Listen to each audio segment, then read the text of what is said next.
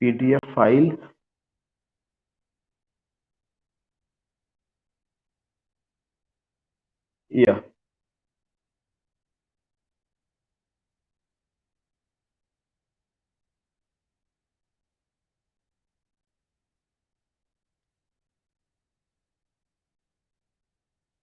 या we have gone with 102 questions, 102 क्या 103 question. Last question जो मैंने कवर कराया था वो यही था, who said the novel is a summary of actual life. तो इस पर जो हम लोगों का आंसर मिला था that was what, that was George Meredith. George Meredith को लेकर के हम लोगों ने बात किया था। Now we will take 104 question. May I know is it visible? किसी को कोई problem? Okay okay okay okay. Now question number 104 that is highly significant. अगर आप देखेंगे क्वेश्चन पूछा जा चुका है, who called the novel pocket theatre? किस आदमी ने नॉवेल को पॉकेट थिएटर कहा है? तो 104 का जो आंसर है वो ए है, F Marion Crawford. F Marion Crawford American novelist है और उन्होंने ही नॉवेल को क्या कहा है, उन्होंने नॉवेल को क्या कहा, पॉकेट थिएटर कहा। तो this is a very important question. 104, 104 का जो आंसर है वो कौन सा आंसर होगा? ए होगा, F Marion Crawford. F Marion Crawford, this is what, this is the right answer. Henry Fielding क्यों फेमस है? हेनरी फील्डिंग को फादर ऑफ इंग्लिश नावल कहा जाता है और हेनरी फील्डिंग ने अपने नावल को कॉमिक एपिक इन प्रोस कहा है। कॉमिक एपिक इन प्रोस कहा। तो ये भी क्वेश्चन पूछा जाता है कि फादर ऑफ इंग्लिश नावल कौन है? Father of English novel Henry fielding है। किसको, किसने अपने नावल को कॉमिक एपिक इन प्रोस कहा? हेनरी फील्डिंग ने कहा था। विलियम जेम्स क्यों फेमस है? विलियम जेम्स ने एक कॉन्सेप्ट दिया था जिसका नाम है stream of consciousness technique. William James ने जो कॉन्सेप्ट दिया था वो स्ट्रीम ऑफ कॉन्शसनेस टेक्निक दिए हुए थे। और ये जो स्ट्रीम ऑफ कॉन्शसनेस टेक्निक उन्होंने दिया था, he gave it in his book principles of psychology that came in 1890, जो 1890 ईस्वी में आया हुआ है। इसलिए विलियम जेम्स फेमस है। बाद में इन्हीं की इसी जो एक stream of consciousness technique है, later on it was adopted to write novel by James Joyce and Virginia Woolf। तो नेक्स्ट ऑप्शन आपका है जेम्स जॉयस।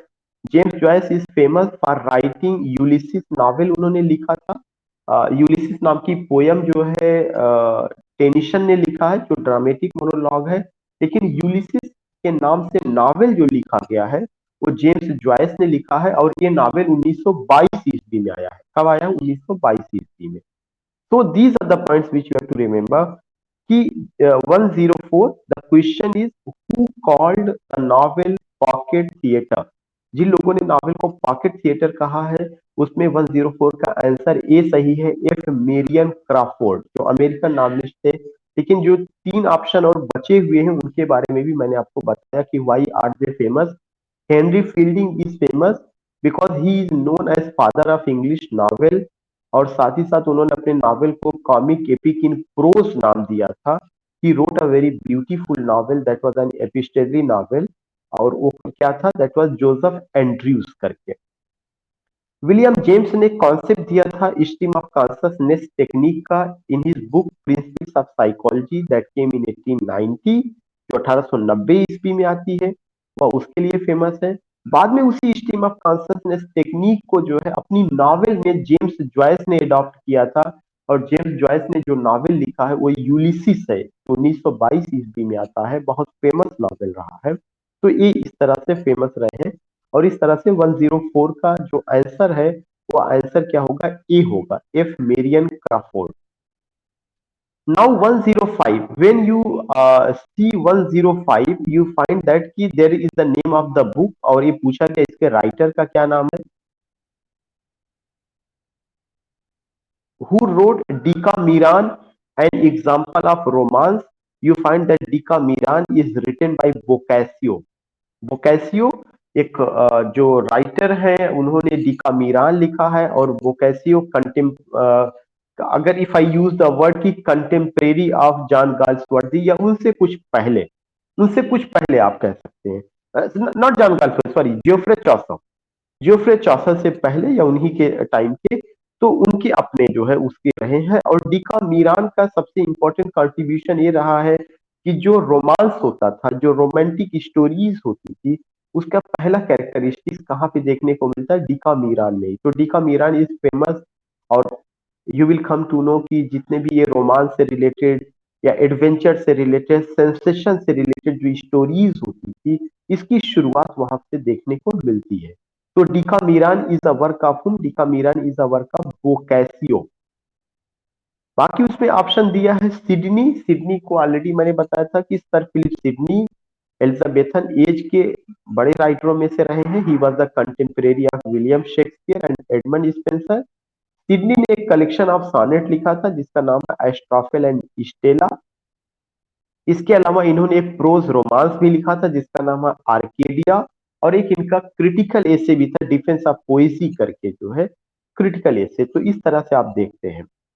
बाकी जो है फिर वही ऑप्शन एक आता है फील्डिंग। फील्डिंग के बारे में मैंने आपको पहले ही बता दिया कि Fielding, father of English novel, comic epic in prose, Joseph Andrews, so many thing goes in the account of Fielding. John Lyly जो रहे हैं ये यूनिवर्सिटी विट्स से रिलेटेड रहे हैं। जॉन लाइली जो यूनिवर्सिटी विट्स से रिलेटेड रहे हैं उसमें आप देखेंगे कि इन्होंने यूफ्यूज नाम का एक वर्क लिखा था जिससे एक यूफ्यूमिज्म की एक स्टाइल डेवलप होती है। तो जॉन लाइली यूनिवर्सिटी विट्स के ग्रुप में से रहे हैं। तो इस तरह से आप इनके बारे में जानेंगे। तो 104 जो रहा है उसमें एक बुक का नाम पूछा गया कि who wrote Decameron an example of romance. The right answer is A, Boccaccio ने लिखा। बाकी रिमेनिंग जो ऑप्शंस हैं I just told about them, Sidney के बारे में, फील्डिंग के बारे में एंड जॉन लाइली के बारे में। तो आई डोंट थिंक कि 104 105 में किसी को कोई problem. Should we go ahead? Okay, okay, okay, okay. Now 106, find out the mismatched column. जो मिसमैच्ड कॉलम है उसको आपको फाइंड आउट करना है। Beowulf first primary English epic right answer है। कैंटरबरी टेल्स चौसर ने लिखा, राइट आंसर है। आर्केडिया प्रोज रोमांस है, सर फिलिप सिडनी ने लिखा, राइट आंसर है। रोजालिंड टॉमस लॉज का है, राइट आंसर है। पिलग्रिम्स प्रोग्रेस जॉन मिल्टन, ये गलत आंसर है। Pilgrim's progress is the work of John बनियान, ना कि जॉन मिल्टन का। ये बहुत इंपॉर्टेंट वर्क्स है। तो ये सारे वर्क्स के राइटर के नाम हमें पता होना चाहिए। Again I would like to tell you, और वो क्या क्या चीजें रही हैं। Beowulf first primary English epic कब आता है? एंग्लो सैक्सन पीरियड में आता है, right answer. Canterbury Tales Chaucer का वर्क है जिसको हम फादर ऑफ इंग्लिश पोइट्री का नाम देते हैं। Arcadia prose romance sir Philip Sidney ने लिखा है। रोजालिंड टॉमस लॉज का वर्क है। और आपको ये भी पता है कि शेक्सपियर का जो एज यू लाइक इट है उसका सोर्स क्या है? रोजालिंड है। पिलग्रिम्स प्रोग्रेस जो आपका है यह जॉन मिल्टन का है। सॉरी, जॉन मिल्टन का ना होकर के जॉन बनियान का है।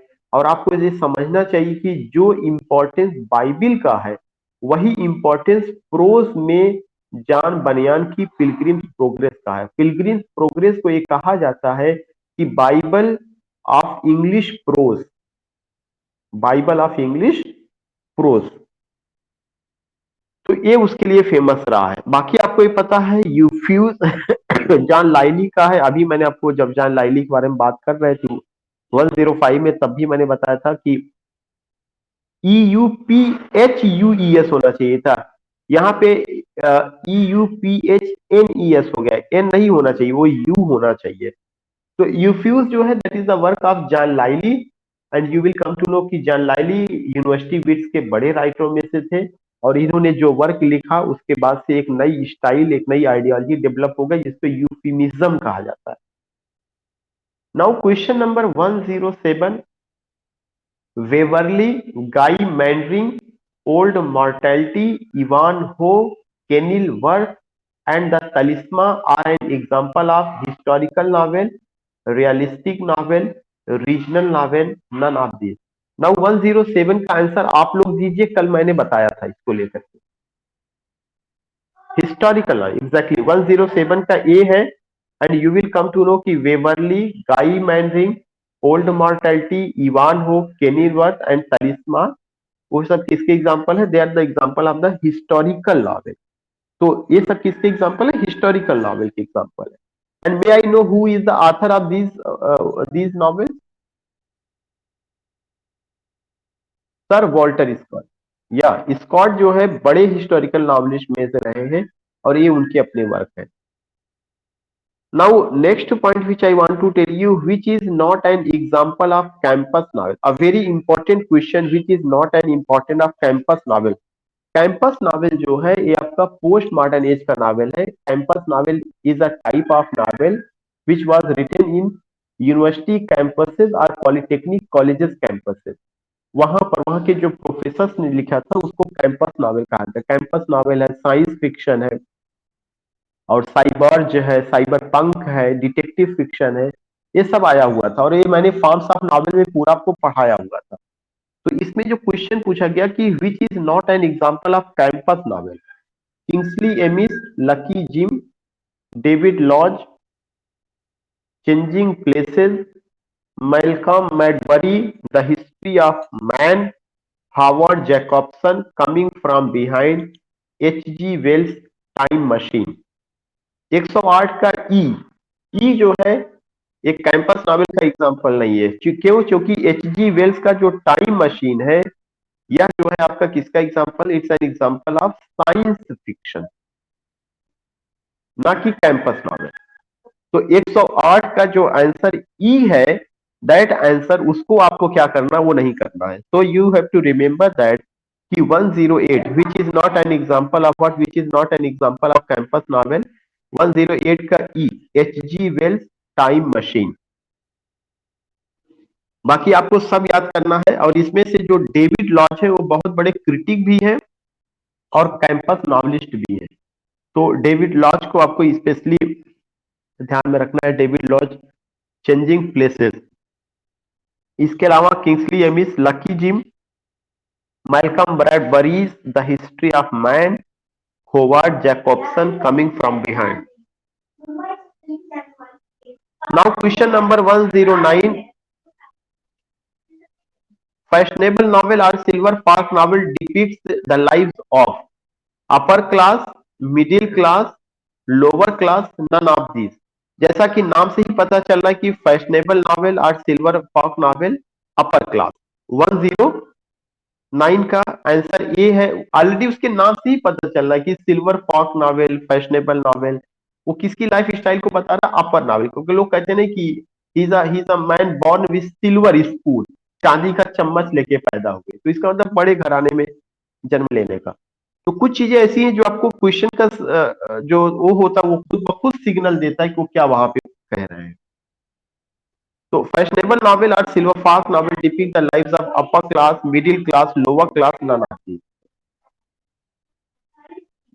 Now the next question is who is not associated with magic realism?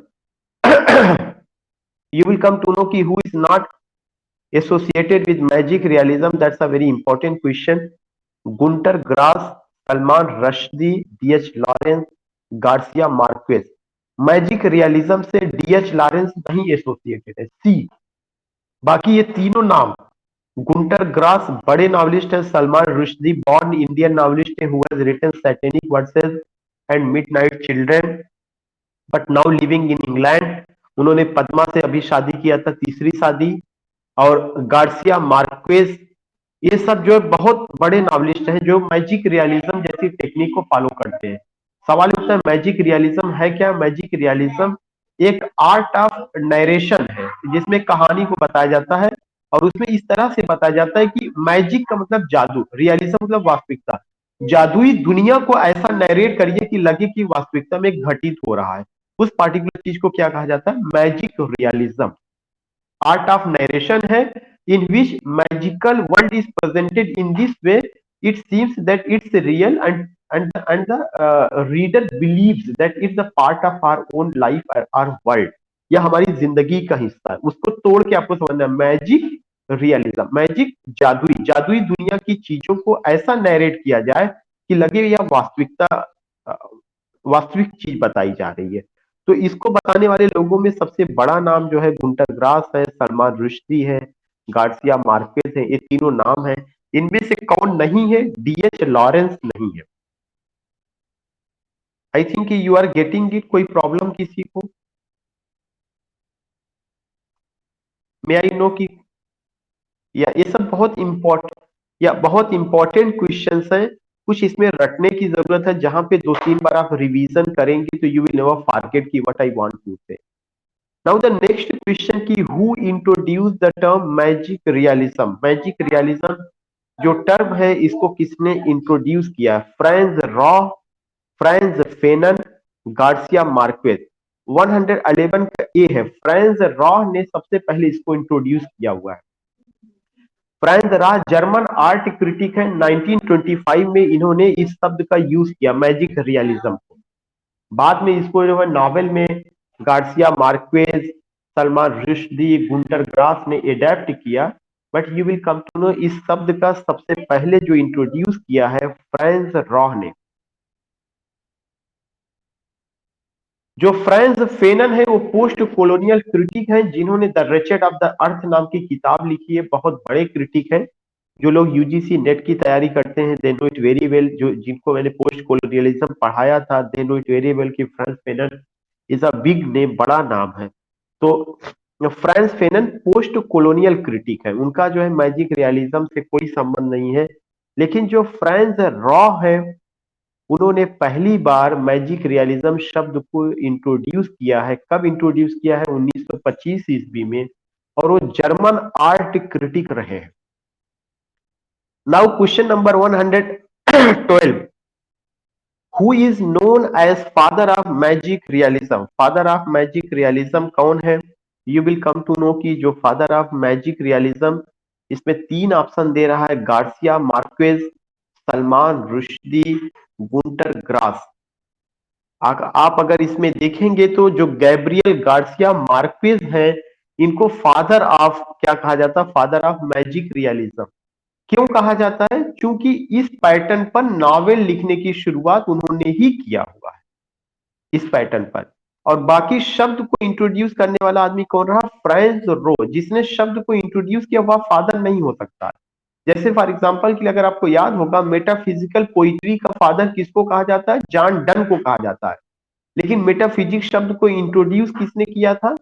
John Dryden ने इंट्रोड्यूस किया था। उस शब्द को क्वाइन किसने किया था? डॉक्टर सैमुअल जॉनसन ने किया था।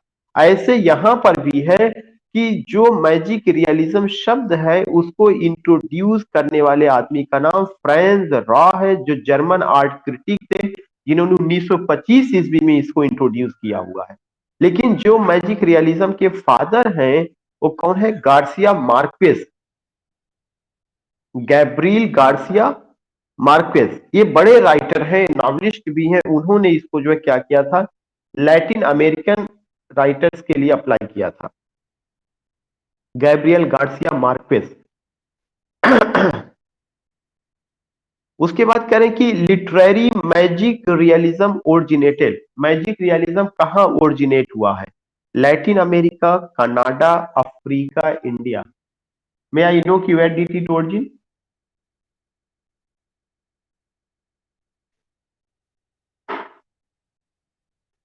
अभी पहले वाले ऑप्शन में मैंने बताया था उस शब्द को,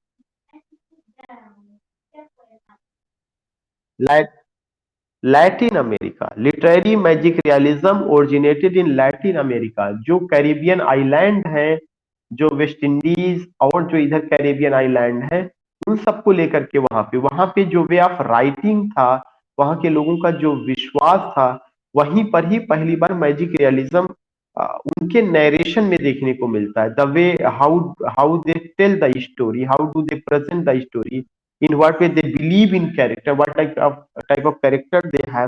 तो वो वहां से आया, लैटिन अमेरिका से आया। तो मैजिक रियलिज्म से रिलेटेड तीन चार क्वेश्चन हो गया है।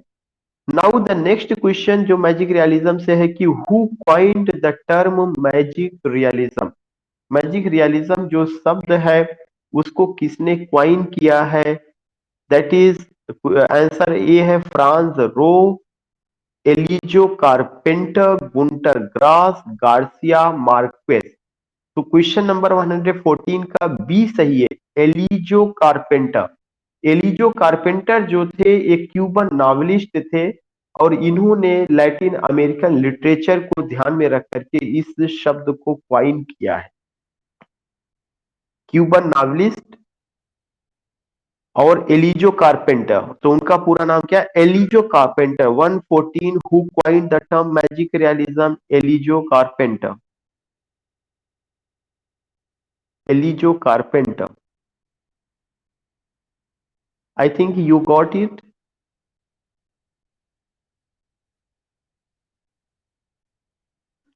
तो यू हैव टू रिमेंबर कि एलिजो कारपेंटर ही वाज अ क्यूबन नॉवलिस्ट, वो क्यूबन नॉवलिस्ट थे और उन्होंने लैटिन अमेरिकन के लोगों को उनका जो आप वे ऑफ नरेशन था उसके लिए एक वर्ड जो फाइन किया है वो क्या है आपका?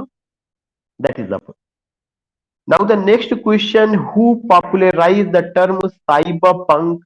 साइबर पंक जो शब्द है ये जो है साइंस फिक्शन से जुड़ा हुआ है। इसको किस जो है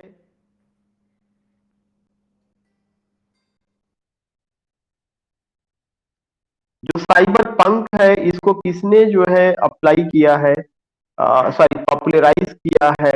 Gardner Dozois, Bruce Bethke, Blade Runner. And you will come to know कि जो इसका पहला 115 का आंसर ये सही है, गार्डनर डोजोई। उन्होंने साइबर पंक शब्द को जो है क्या किया है, इसको पॉपुलराइज किया है। और वो साइंस फिक्शन एडिटर थे, साइंस फिक्शन से संबंधित जो नॉवेल आती थी उसको लेकर के वो काफी बात करते थे। तो who popularize the term cyber punk? Gardner Dozois. 115 का A. Who invented cyber punk? Cyber punk को किसने इन्वेंट किया है? You will come to know इसका जो आंसर है, सॉरी इसमें ऑप्शन 3 दिया है, गार्डनर डुजोइस, ब्रूस बेटेक, ब्लेड रनर। 116 का बी, ब्रूस बेटेक। जो ब्रूस बेटेक है वो 1983 में उन्होंने क्या किया था, इसी नाम से एक शॉर्ट स्टोरी लिखा था, साइबर पंक के नाम से एक शॉर्ट स्टोरी लिखा था और उन्होंने ही इस टर्म को क्वाइन किया है। तो you will come to know who invented cyber punk. Cyber punk जो शब्द है इसको इन्वेंट किसने किया है? ब्रूस बेठेक ने किया हुआ है और उन्होंने 1983 में एक शॉर्ट स्टोरी लिखा हुआ था।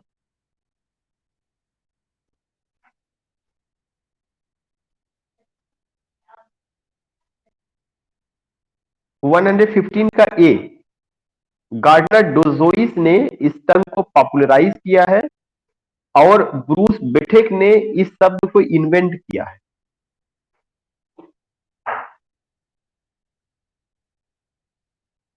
William Gibson, Bruce Sterling and Pat Cadigan belongs to science fiction, regional novel, domestic novel, psychological novel. Now you have to tell me. या साइंस फिक्शन। कारण है कि आपने जितना भी पढ़ा है, रीजनल नॉवेल में सबसे बड़ा नाम हार्डी का है, हार्डी यहाँ है नहीं। डोमेस्टिक नॉवेल में सबसे बड़ा नाम जेन ऑस्टिन है, जेन ऑस्टिन यहाँ है नहीं। साइकोलॉजिकल नॉवेल में सबसे बड़ा नाम जेम्स जॉयस है, वो है नहीं। तो जो ऑप्शन बच रहा है वो कौन सा है? साइंस फिक्शन का। Now question number 118, who wrote Women in love, the rainbow, kangaroo, lady Chatterley's Lover and Sons and lover? D H Lawrence, Henry James, या D H Lawrence? D H Lawrence is a well known modern novelist, वो जो है well known modern novelist है, modern age के हैं। और D H Lawrence ने ये सारे नावल लिखे, women in love, the rainbow, kangaroo, lady Chatterley's lover, sons and lover, D H Lawrence. और डीएच लॉरेंस का एक खासियत है कि उन्होंने मैन वुमेन रिलेशनशिप को लेकर के बात किया हुआ है। Now the next question, who invented the structure of modern novel? ये ध्यान से क्वेश्चन आप ध्यान से देखिएगा, दो अलग अलग क्वेश्चन बनते हैं, फादर ऑफ इंग्लिश नॉवेल और एक क्वेश्चन बनता है कि who invented the structure of modern novel? The structure of modern novel was invented by Daniel Defoe. और अगर आएगा फादर ऑफ इंग्लिश नॉवेल, तो father of English novel Henry Fielding. या now the next question, last question, who wrote Silas Marner and Mill on the Floss? George Eliot, Hardy, Forster, Henry James? George Eliot, Victorian novelist George Eliot, जो कि एक realistic novelist रही हैं। उन्होंने जो है क्या किया हुआ है कि सिलास मैरिनर और मिल ऑन द फ्लॉग को उन्होंने लिखा हुआ है। So you will come to know these are the two things. कल हमने हमें दो क्वेश्चन पे कंफ्यूजन था, जिसका आंसर मैंने कहा था मैं देखने के बाद बताऊंगा। एक तो क्वेश्चन नंबर 82 था, the next question I don't no कौन सा था। 101।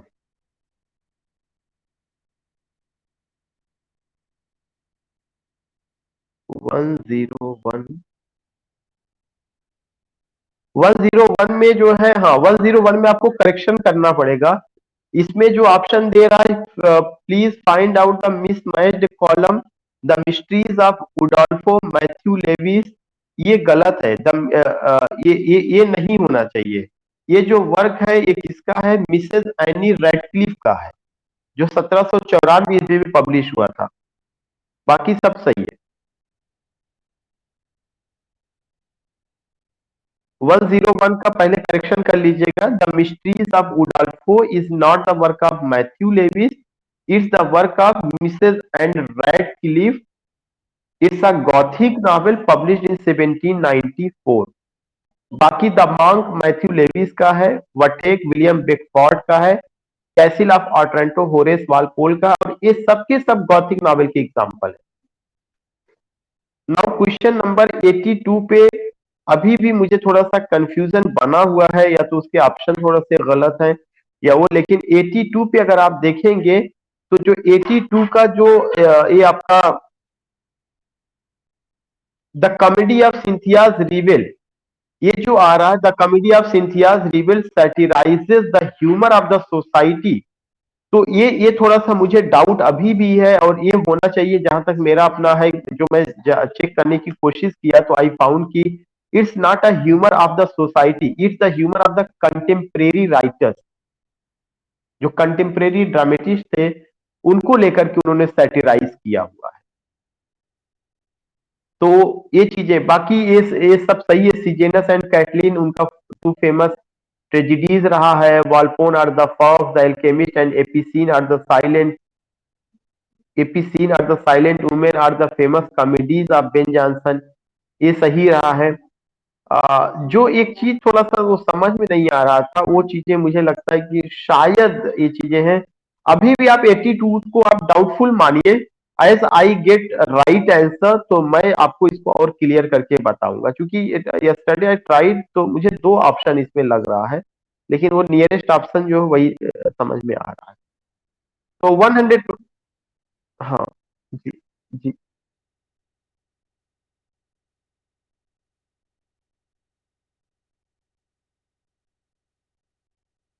82 का।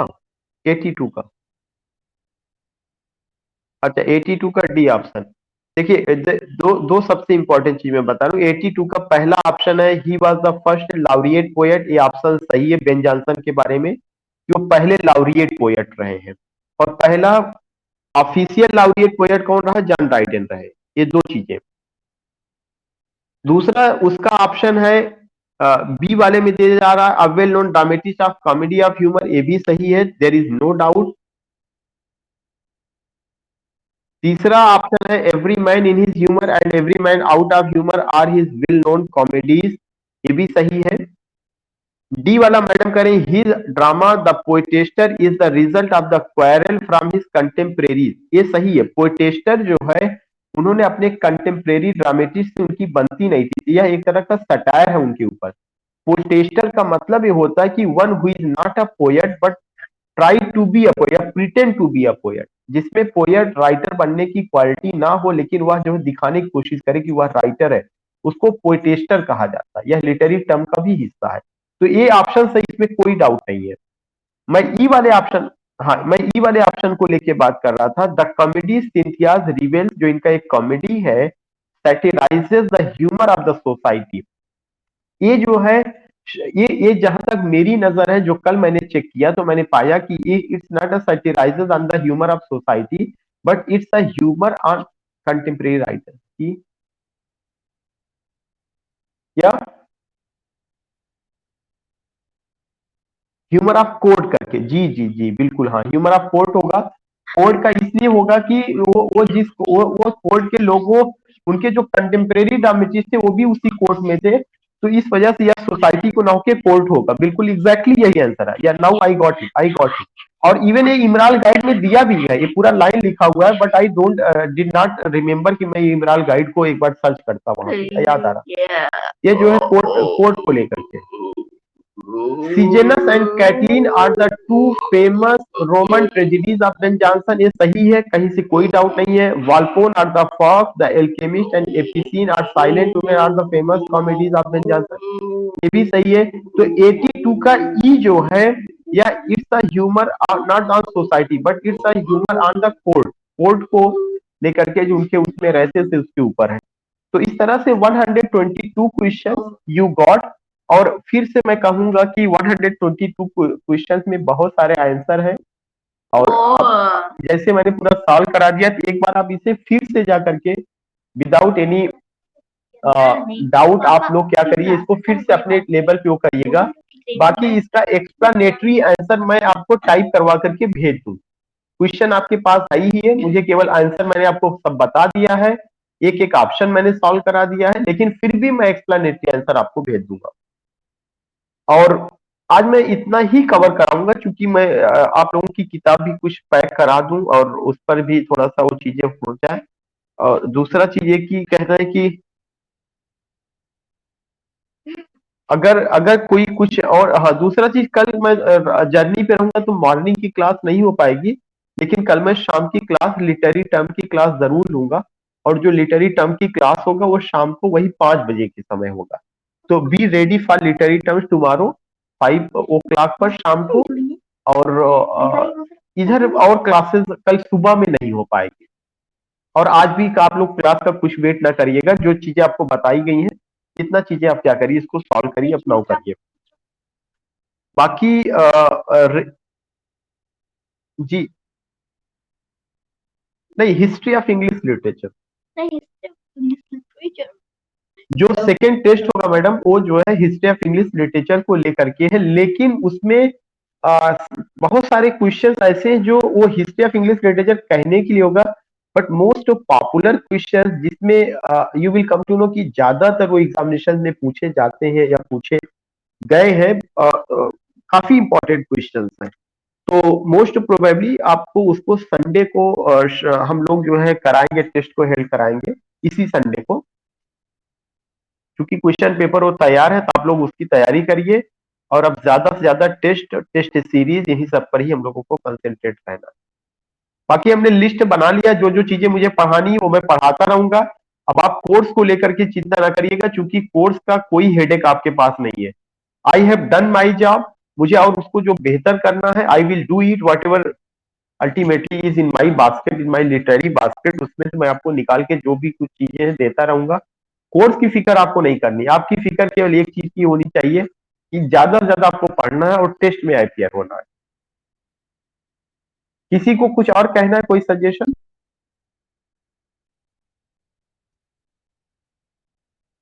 मैं एक एक लोगों का नाम लेकर के मैं निखत जी आपको कुछ कहना है?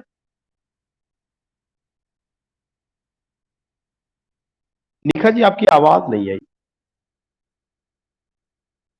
Not getting your voice, I don't know what. Dinesh भाई,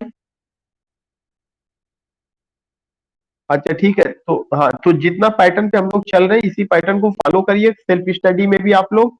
और प्लस और चीजें, अगर किसी को कोई सजेशन होगा तो मोस्ट वेलकम। वर्तिका मैडम। जी,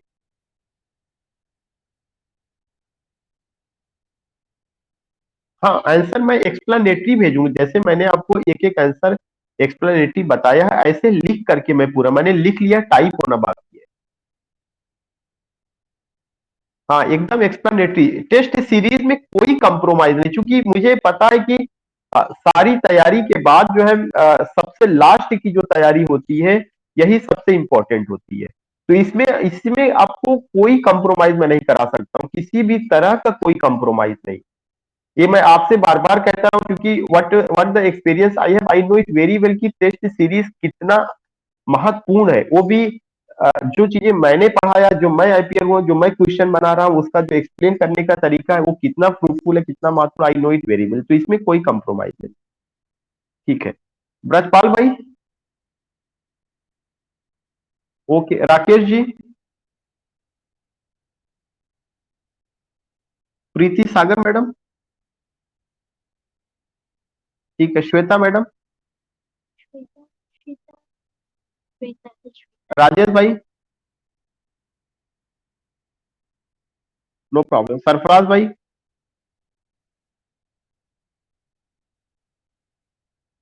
जी। हाँ साइबर पंक जो टर्म है वो नहीं समझ में आया है। अच्छा ठीक है, आप इमरान गाइड जब आपके पास जाएगी तो उसमें एक्सप्लेन मैंने किया हुआ है, उसको आप देखिएगा, नहीं समझ में आएगा तो बताइएगा। ठीक है, या मैं एक्सप्लेन कर दूंगा, एक बार मैं कर दूंगा साइबर पंक। अंजलि मैडम। अच्छा रमेश जी।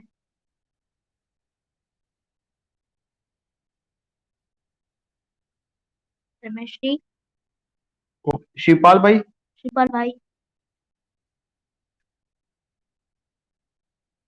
अच्छा रकीम भाई। रैकेट भाई ओके धर्मप्रिया मैडम। धर्म को प्रिय अच्छा कृष्णा जी। कोई प्रॉब्लम। अच्छा रमा जी। अच्छा सोनाली मैडम। नाली बिंदरी अच्छा ठीक है। और अगर रमा मैडम और इसके अलावा एक और जो सारिका मैडम थी वो लोग अगर जुड़ी हैं तो शाम को आज आपकी क्लास जो है होगी, और शाम को जो क्लास होगी वो लिटरेरी थियरी एंड क्रिटिसिज्म का स्ट्रक्चरलिज्म, इधर मैं कई दिनों से ले नहीं पाया क्योंकि टेस्ट सीरीज में ही मैं चाहता था लोग ज्वाइन करके इसे कर लें। तो मैं आज से फिर से उस चीज को आगे शुरू करूंगा, उसका हायर एजुकेशन का। ठीक ओके। ओके तो देन वी विल मीट। जी मैडम। नेट की क्लासेस का टाइमिंग हाँ शाम को चल रहा है, वो हायर एजुकेशन का, यूजीसी नेट और हायर एजुकेशन का। उसका टाइमिंग मैडम आज वैसे तो जो टाइमिंग उसका रखा गया 7:30 बजे का रखा गया है, लेकिन आज जो है थोड़ा सा कुछ पहले हो सकता है, 5 बजे आज हो सकता है। 5 बजे। उसका फी स्ट्रक्चर का भी कोई ऐसा मामला नहीं है, वो बाद में बात हो जाएगी। पहले जो है आप इसे वो कर लीजिए, बात कर लें, कोई ऐसी बात